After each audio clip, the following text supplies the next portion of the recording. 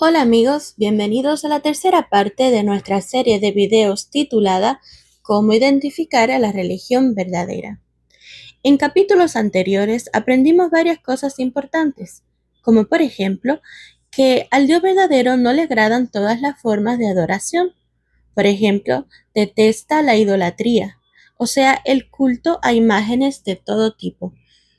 Este asunto para él es muy importante y no se lo toma como juego, sino que, por ejemplo, cuando castigó a los israelitas en el desierto por haber estos adorado a un becerro de oro, demostró que lo detestaba muchísimo y que él es un Dios que exige devoción exclusiva. También descubrimos que existe un método infalible para identificar a los cristianos verdaderos, y es nada más y nada menos que la cualidad más sobresaliente e importante del Dios verdadero. Es la cualidad del amor. Vimos que Cristo Jesús personificó el amor de su Padre Celestial cuando dio su vida en sacrificio para rescatar a la humanidad de las cadenas que la mantienen esclava del pecado y de la muerte. Por lo tanto, todos los cristianos que seguimos el ejemplo de nuestro Salvador debemos demostrar ese mismo amor sincero y puro por nuestro prójimo. Y el último punto que consideramos es que no todos los caminos conducen a la vida. Esto significa que entre todas las religiones que existen en el mundo, solo una te guía por el camino que conduce a la vida, que tanto Dios como su Hijo Jesucristo desean que vivamos. Pero antes de aprender a identificar a la religión verdadera, debemos primero saber qué es y qué no es la religión verdadera, ya que para muchas personas estos criterios varían. Pero yo les propongo conocer cuál es la opinión de Dios en cuanto a cómo debe ser la religión que los representa. ¿No les parece a ustedes, mis queridos amigos, que en vez de dejarnos llevar solamente por nuestras ideas personales, deberíamos también tomar en cuenta el criterio de Dios al respecto? Al fin y al cabo, Él no nos dejó la Biblia por gusto.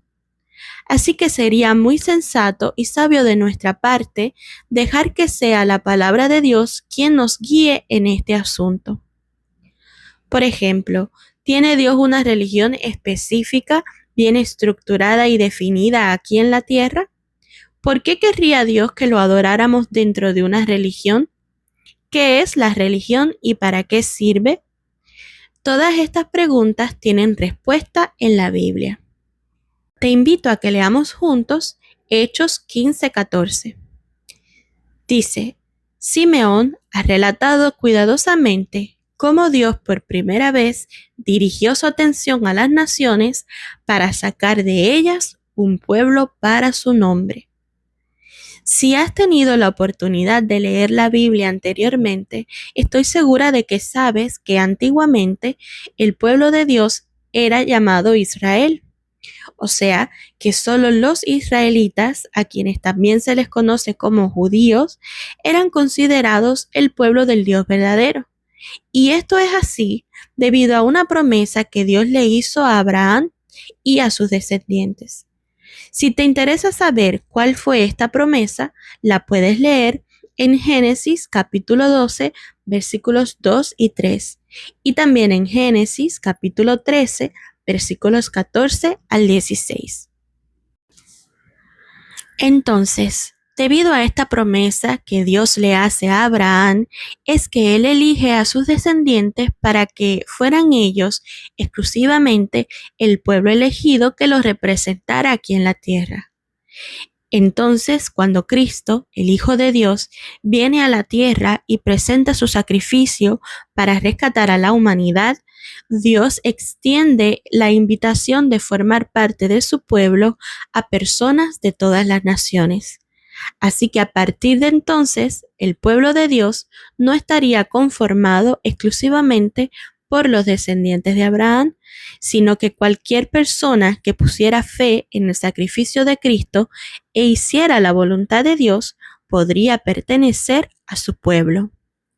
De esta manera, simbólicamente, la descendencia de Abraham sería tan grande como el polvo de la tierra, es decir, que nadie la podría contar. Esto da a entender que no hay un número fijo o definido de cuántas personas pueden entrar al pueblo de Dios.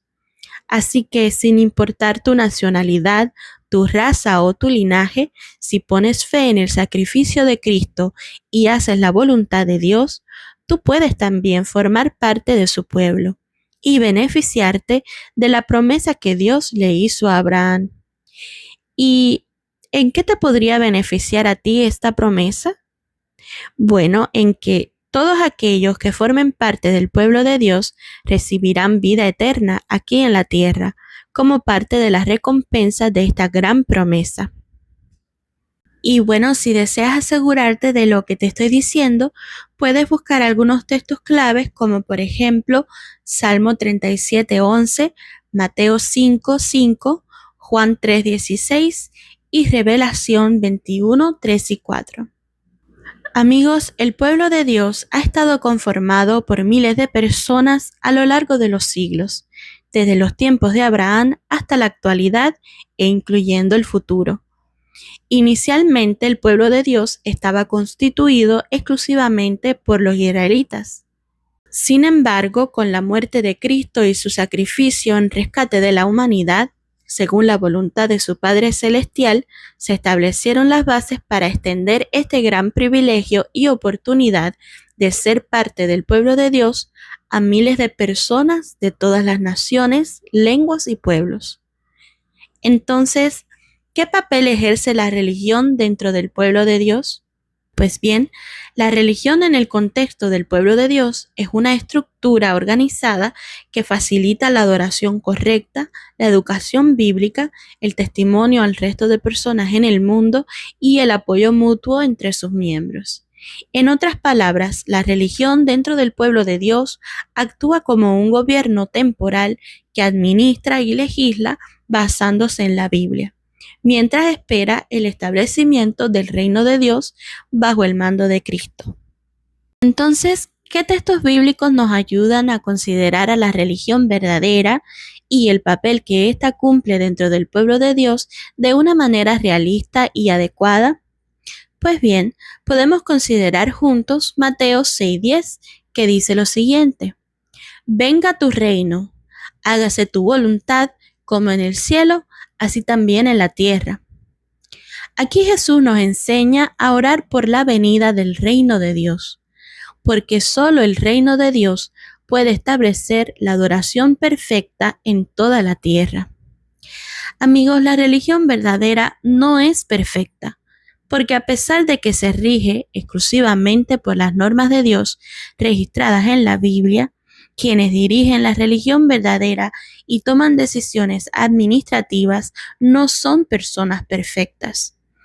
Esto quiere decir que hasta que no venga el reino de Dios, quienes dirigen a las ovejitas de Cristo pueden cometer errores e incluso volverse personas rebeldes y malvadas, porque nadie está exento de cometer pecados. Así que el papel de la religión es el de establecer una estructura organizada, administrativa, donde se legisla según las enseñanzas bíblicas, pero que no puede garantizar que todos sus miembros se mantengan fieles y obedientes a Dios todo el tiempo. ¿Por qué la religión verdadera no puede garantizar que sus miembros sean personas obedientes a Dios y a sus principios morales? Porque la obediencia depende de cómo cada persona utilice su libre albedrío. La obediencia no es nada más y nada menos que una elección voluntaria que cada persona debe elegir. Ni siquiera Dios puede obligarnos a ser obedientes, no porque Él no tenga el poder para obligarnos si Él quisiera, sino porque Él es fiel a sus propios principios y nunca los pasa por alto, ni siquiera por conveniencia. Por eso, la Biblia está llena de ejemplos de cómo personas fieles a Dios también cometieron pecados muy graves, que no solo les afectaron directamente a ellos, sino que también a otras personas inocentes a su alrededor.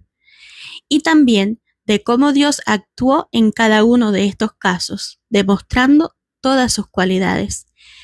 como por ejemplo su amor al perdonar y su justicia al castigar incluso a aquellos siervos fieles a quienes él quería muchísimo.